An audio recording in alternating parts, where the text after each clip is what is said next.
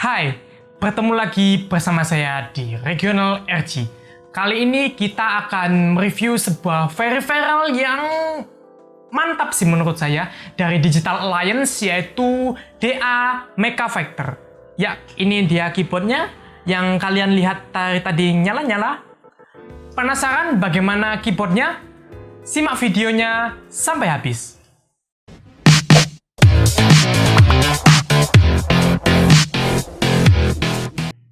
Pertama, kita akan bahas soal desain dan tampak fisiknya terlebih dahulu. Keyboard ini memiliki layout TKL dengan dimensi 356 x 168 x 33 mm yang cukup kompak untuk dibawa di dalam tas ransel. Tapi bobot dari keyboard ini cukup berat sih, yaitu berada di angka 720 gram beserta kabel USB-nya.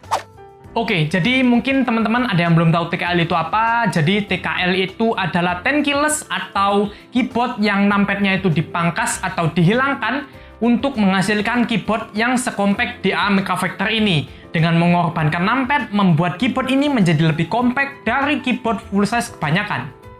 Oke, lanjut. Di bagian depan terdapat branding DA Gaming yang posisinya sih seperti kebanyakan keyboard-keyboard gaming lainnya, tidak terlalu mengganggu dan juga tidak terlalu mencolok juga. Jadi ya posisinya pas aja gitu. Mungkin kalian bertanya, Bang, ini keyboard gak punya indikator caps lock. Jadi kita ngelihat caps lock nyala otomatis gimana, Bang?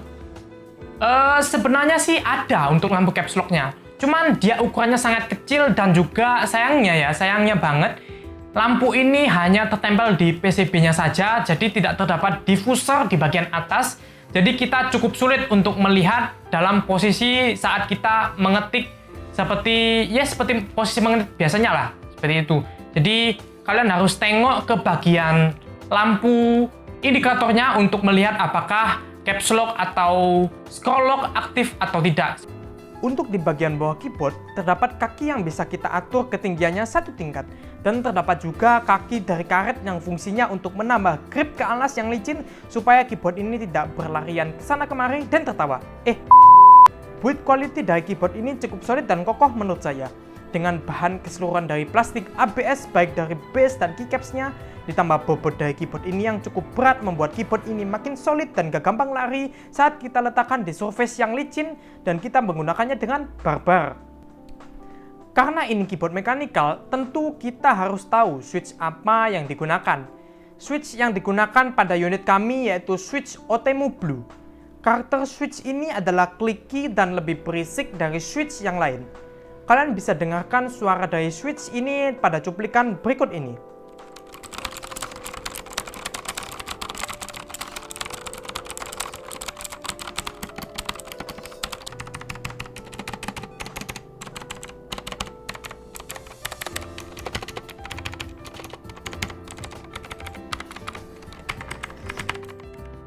Bagaimana? Apakah switch ini cocok dengan selera kalian? Jika tidak, kalian masih bisa memilih switch lain yaitu Otemu Red dan Brown saat akan melakukan pembelian. Jadi terdapat beberapa pilihan yang bisa kalian pilih sesuai selera masing-masing. Tentunya harganya sama dengan varian yang Blue Switch ini ya. Keycaps pada keyboard ini, seperti yang dijelaskan sebelumnya, berbahan plastik ABS dengan double shot injection. Namun pada multimedia button masih menggunakan sistem printing. Dengan double shot injection, LED bisa tembus menerangi karakter pada keycaps. Untuk profil keycapsnya menggunakan profil OEM standar saja seperti keyboard kebanyakan. Bagi yang kurang cocok dengan profil OEM bisa ganti keycapsnya ke keycaps third party yang kompatibel. Font yang digunakan masih menggunakan font ala-ala gaming, jadi mungkin sebagian orang akan kurang suka dengan font yang seperti ini. Namun kalian masih bisa ganti keycapsnya ke keycaps third party kok. Untuk kabel USB-nya sudah braided dan ukurannya cukup besar dan agak keras jika dibelokkan. Kabelnya cukup solid dan kokoh serta panjang juga, yaitu berada di angka 1,8 meter. Jadi mantap lah untuk digunakan dalam berbagai setup yang mungkin butuh kabel panjang. Pada colokan USB-nya sudah gold plate loh. Harusnya sih lebih tahan dari korosi untuk jangka waktu yang lama. Fitur yang diusung pada keyboard ini yaitu adalah 87 key anti-ghosting. Namun beberapa user mengeluhkan ghosting pada keyboard ini. Untuk unit yang kami pegang, kami masih belum merasakan adanya ghosting pada keyboard ini. Jadi jika kalian sudah menggunakan keyboard ini dan ada gejala ghosting, kalian bisa ceritakan di kolom komentar di bawah. Kemudian, adanya fitur LED backlight. Untuk Mecha Fighter terdapat dua pilihan warna LED, yaitu putih dan rainbow seperti ini. Terdapat 10 mode nyala-nyala yang bisa kalian atur langsung tanpa software tambahan. Kemudian terdapat fungsi untuk Windows dan FN Lock. Jadi jika kalian bermain game, fitur ini akan cukup membantu agar menu start tidak muncul saat tombol Windows di lock. Pada keyboard ini juga terdapat tombol multimedia untuk membuka Explorer, Search, kalkulator, mengatur play, pause, brief, next, and mengatur volume dan FN Lock. Cara menggunakannya cukup gampang, yaitu dengan menekan tombol FN lalu pilih tombol yang ingin digunakan. Kemudian, fitur yang cocok banget nih buat kalian yang kerja dari dua device sekaligus atau yang kerja atau gaming sambil ngebucin. Karena stand pada keyboard ini bisa diletakkan untuk HP atau bahkan tablet sekalipun. Cukup membantu untuk meningkatkan produktivitas atau mencegah si dia marah karena kalian tinggal kerja atau main game. Hehe. Kemudian fitur yang gak kalah fungsionalnya yaitu fitur kabel routing. Jadi di bagian bawah terdapat sela yang bisa kita selipkan atau arahkan kabel mau kiri ataupun ke kanan. Jadi kabel bisa lebih terarah dan tentunya memudahkan dalam manajemen kabel agar setup lebih rapi dan enak dipandang.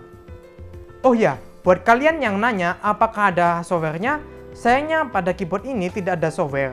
Menurut saya mungkin karena semua pengaturan dan fungsi dari keyboard ini sudah bisa diatur langsung, jadi tidak membutuhkan software tambahan lagi. Pengalaman saya selama seminggu menggunakan keyboard ini cukup memuaskan. Sebelumnya saya lebih sering menggunakan keyboard membran murah dan keyboard laptop. Saat berpindah menggunakan mechanical keyboard ini, saya merasakan feel mengetik yang lebih dapat dan lebih nikmat menurut saya.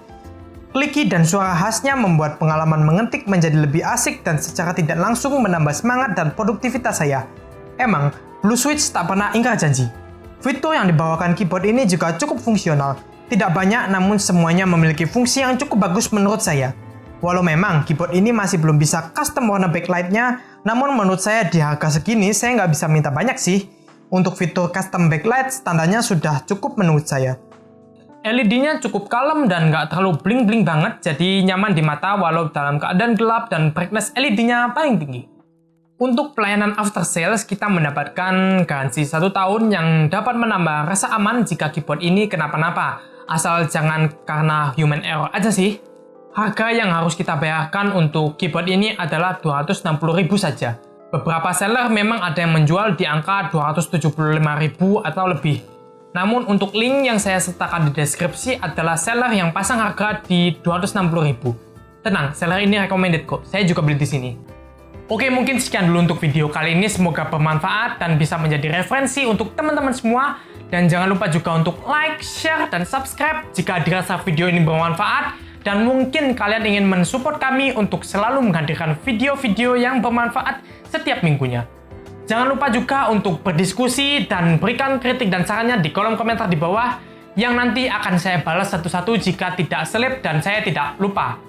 Saya Dana Kurniawan dan segenap tim-tim yang bertugas di belakang kamera mengucapkan terima kasih telah menonton video ini dan kami mohon pamit undur diri. Sampai jumpa di video selanjutnya. Stay safe and see ya!